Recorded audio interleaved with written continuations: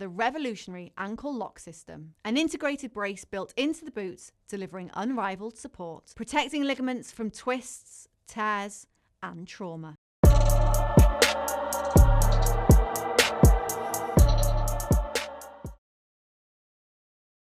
Matt Lenihan for Boxing Social in association with Empire Fight star R King's Lawrence Okolie. Yes. A few weeks away from a huge night. Forgetting opponents, it's an occasion. Yeah. I know how excited not just yourself but a lot of fighters have been to travel to this region. You know, Nigeria. They've dipped the toe in the water now with a few events, but you're headlining. How much does it mean to you to go to Nigeria and to have this moment? There's a lot of landmarks in your career, and this is another one. Yes, thank you. No, it's going to be a major one, Um, as I've said a few times, I remember asking Eddie back in 2017 to put something on in Nigeria. You know, And I think it's great that it's happening while I'm still boxing, while I'm still able, while I'm still a world-class fighter. And maybe this could be the one before my world title fight. So if there's a time, let me know. when you were obviously growing up, and everybody knows your story, it's well documented, and on your way to becoming, world champion on, a couple of occasions. Did you ever think it would have been possible? This is obviously something that's sort of just happening now, but you mentioned you're speaking to Eddie in what Yeah, 2017. Don't feel like 2 minutes ago, but yeah, literally. it's here now. Did you ever think it were possible that we'd be Well, able to see you fight in this region? if I'm honest, I started to lose a bit of hope in the idea. It now became England, Saudi, England, maybe America. Um, the thoughts of Nigeria fight night were kind of like, wishful thinking. But once you see it happen, FOMO kicks in, speak to promoter, they speak back, you negotiate, you get it done, and here we are. Is there a place where you haven't boxed yet? You're going to take Nigeria off, so let's discount that. Is there a place other than Nigeria where you go, you know what? That's still that the little kid in me when I'm coming through that I see on TV, whether it be an MGM Grand or Madison Square Garden. Is there any sort of places where you go, you know what? I Well, it want to would tick actually that. be Dubai. There's like the Coca-Cola Arena and places like that. It would actually more be Dubai. Yeah. Um, Obviously I've got a lot of ties here, and it'll be great to kind of showcase here what I can do as well. Well, look, let's get into the fighting talk. How are you feeling coming in? Something ask you how camp went and all that kind of stuff before I ask that stuff. But you must be ready to, because of the occasion as well, put on a showcase, put on a statement performance. How are Yeah. you? How are you sort of feeling coming into this? Not just physically, but mentally. Is it important to look good in this fight? What? Oh, of course. Yeah, But no one other than my family, because I'm having so much family is going to be there, so many uncles, aunties. I kind of want to show them, don't ask my mum and dad for money. I'm here. You know what I mean? So it's gonna be good. Heavyweight division's changing all the time. I feel like Frank Warren's obviously had this division on lock for a while with obviously the likes of yourself, and you look at the plethora of talent throughout the top 15, and he's running the show basically.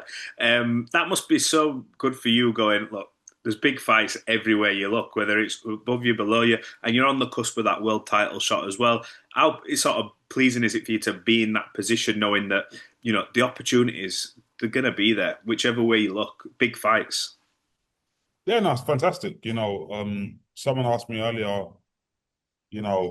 how this year's been, and I think to myself, you know what, I've boxed at Wembley, chief support, and I'm about to box headline in Nigeria.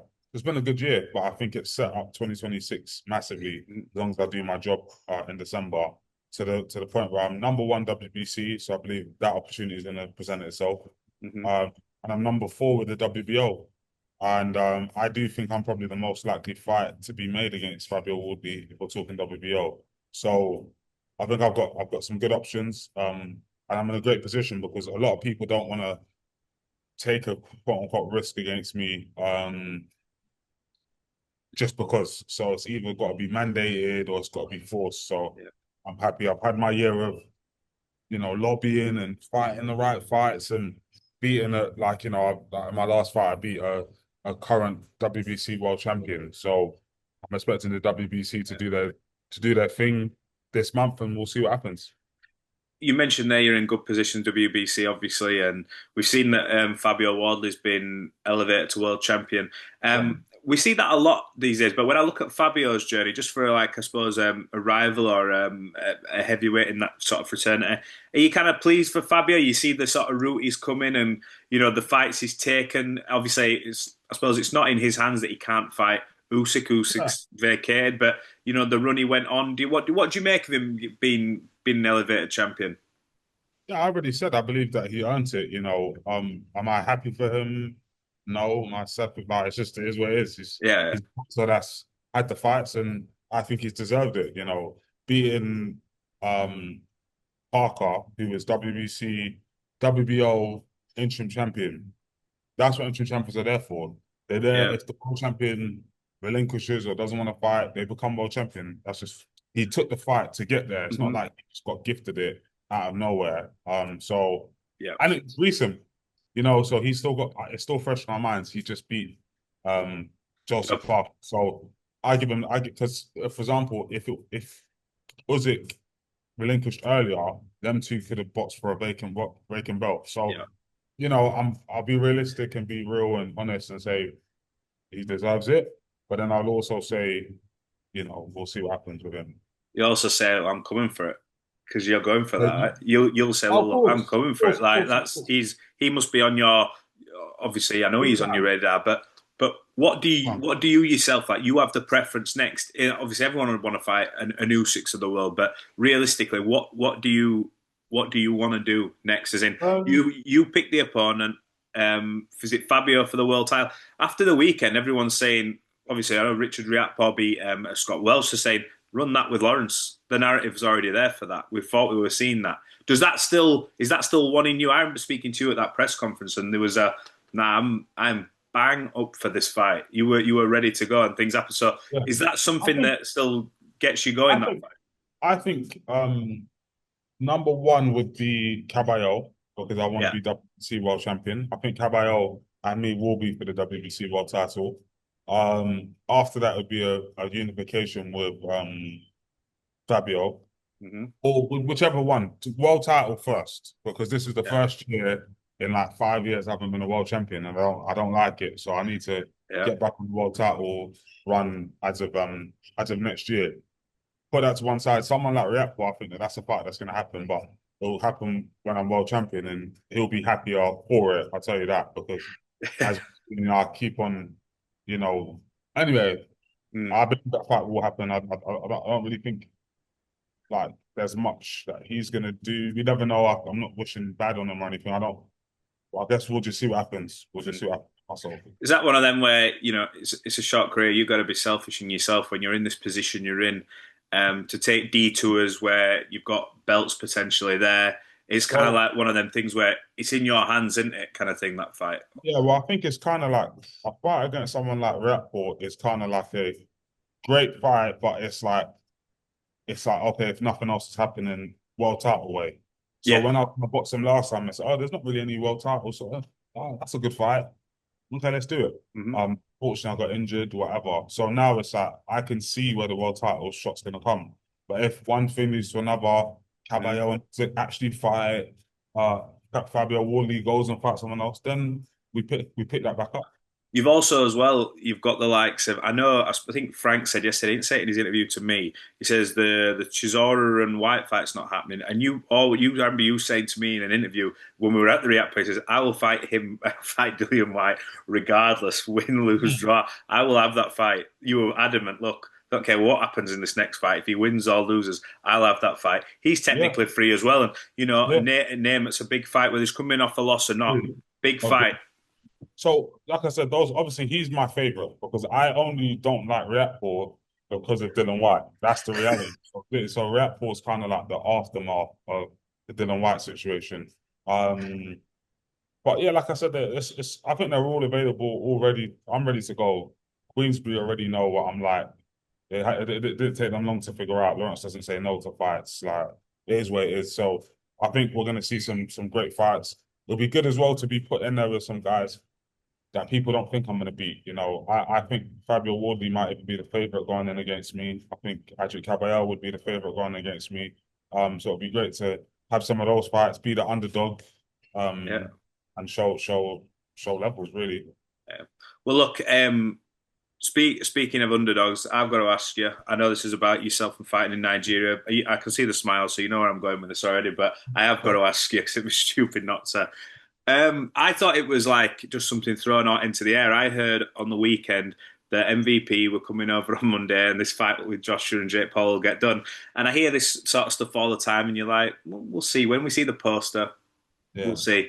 Anyway, yesterday, poster gets put up, and I'm like, oh shit, this is actually happening.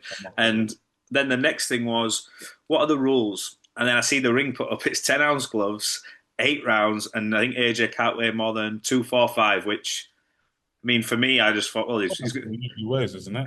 he's gonna he's gonna be lean and quick then. I thought it's Yeah, something exactly. He probably should have said he can't weigh any less than 270.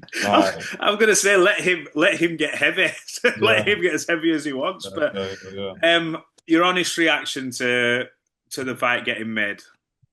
I think, hats off to both of them for getting very well paid. I do want to go in and work with Jake Paul in preparation for this fight and preparation for mine. It'll be good to. I need to know what he sees that makes him think this is a good idea. That's one I'm very difficult to know. And then number two, it's like I want him to feel what it's like to be in there with a big, strong, world-class heavyweight before the day, because I don't want him to get hit with the first jab and it's a whole new sensation. So, and you never know. I think there's some game plans that he could cause a bit of trouble. Do you know what I mean? But Right, no, I'm going to stop you. I have to No, say. you tell me now then, Lawrence Okolie, former multi-time world champion. I say it from serious because I think Jake is brilliant for the sport. And what he's done for especially the women's game and what he is, I think he's fantastic. And he's showing other boxers coming through, look where I've got from this. So you tell me now, in terms of a game plan, what you think. There's three I see. One of which is, bear in mind, AJ is not I'm gonna come out and get this over in 1 round kind of guy. He does do it, don't get me wrong, but that's based off of other people's work.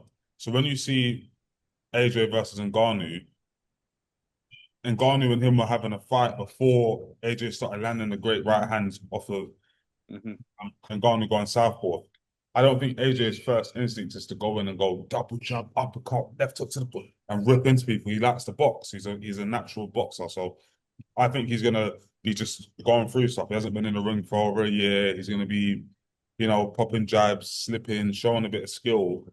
I think if you're Jake, you do that with him, right? You do that with him, and then when you throw your hard shot, you do it once, you get one chance. You do it once in the fight.